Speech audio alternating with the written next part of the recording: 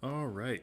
Good afternoon, everyone. So I wanted to make a short video today for you all, kind of taking us through the next part of our rational functions slash rational equations unit. In the context of things, we're actually going to be kind of taking a step backwards, as as you can see on the screen. You've seen stuff like this before, but the biggest difference is you notice there's no equal sign. Right, so this part of our unit is actually just going to talk about how do I simplify this expression. So remember, the biggest difference between an equation and an expression, right? There is no equal sign here. So my final answer for this is still going to be an expression. There's not going to be an x equals, there's not going to be a final answer, in quotation marks per se. I'm just going to take this and combine it into a single fraction, right? So the ultimate goal here is to combine into a single fraction.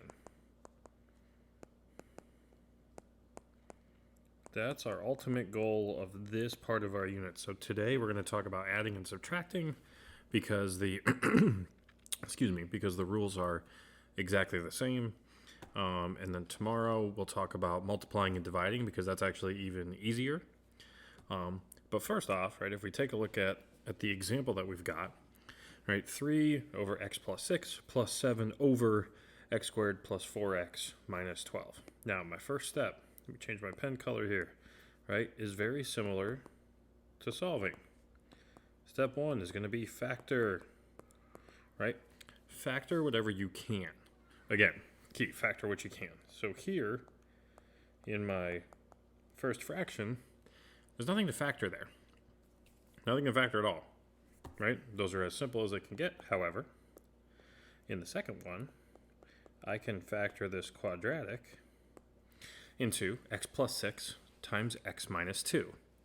Now the key, remember, when I am adding or subtracting, all these are fractions. Even though they've got variables in them, they're just fractions.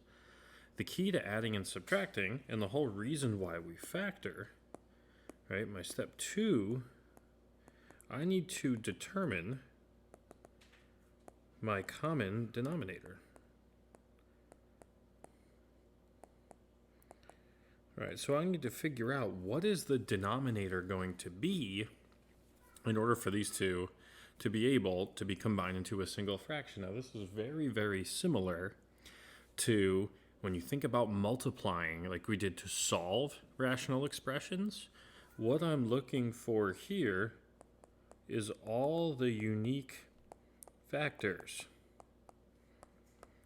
right? So just like we multiplied through in solving rational expressions, we multiplied through by all the unique factors. Here, I just know, in this particular case, my common denominator is going to be this thing right here.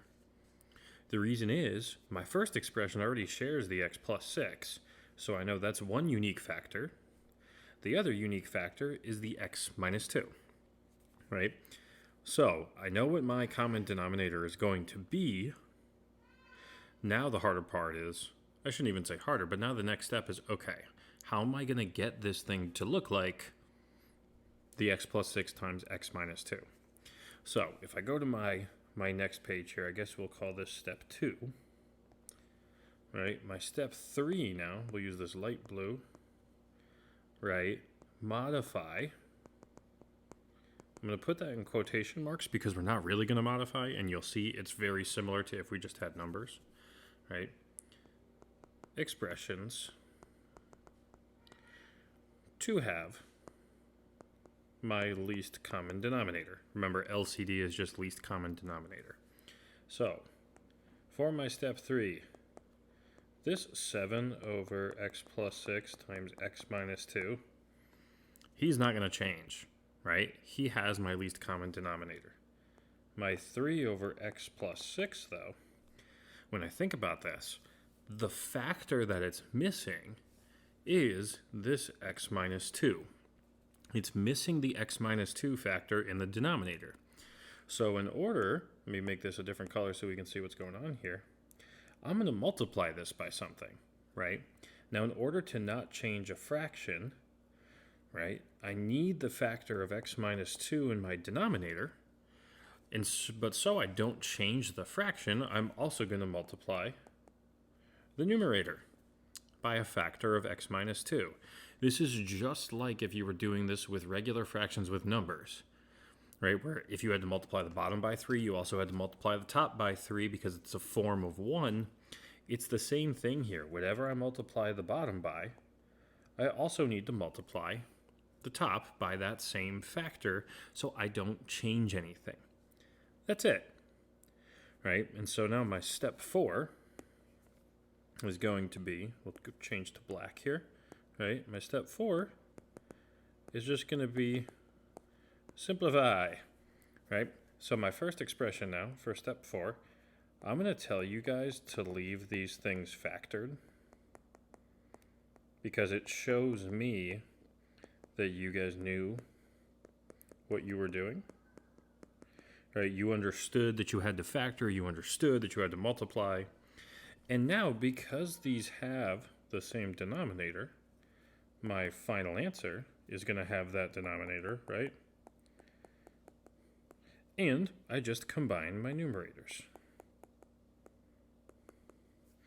Now, if you wanted to, and what you'll see probably on a lot of answer keys, is they will simplify out that numerator and make it 3x minus 6 plus 7, so 3x plus 1 over x plus 6 times x minus 2. They may even FOIL out the denominator again.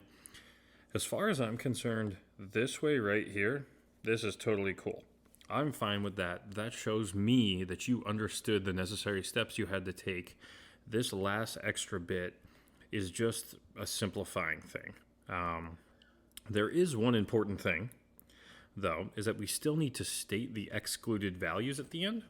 So from my denominator, I know x can't be negative 6 or 2. So these two things here should be my final answer. If you really want to, you guys can feel free to simplify it, that extra step. That's fine by me, but know that you don't have to do that. Right? So to recap quickly, to go through this whole thing, just to make sure we're all on the same page.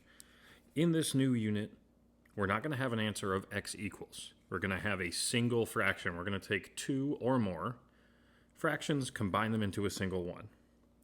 Right? The first step I'm going to do is the same as solving, where I'm going to factor everything that I can. The second step is very similar, where I'm looking for all the unique factors. The difference is that's not going to become my common denominator. I'm not going to multiply everything through by that. Once I determine what my common denominator is, I'm going to modify whatever I need to. Right? Sometimes I may need to modify one fraction. Sometimes I may need to modify both fractions. Sometimes I may need to modify only 2 out of 3. But whatever it is, I'm going to multiply by the necessary factor that they're missing. And then I'm just going to combine all my numerators and keep the denominator the same. All right, so I hope that was helpful. If you guys still have questions, please let me know. I'm going to try and be available during your class time today for a live Google Meet. But if not, definitely tomorrow, as my wife will be home. All right, I look forward to hearing from all of you guys. See you later.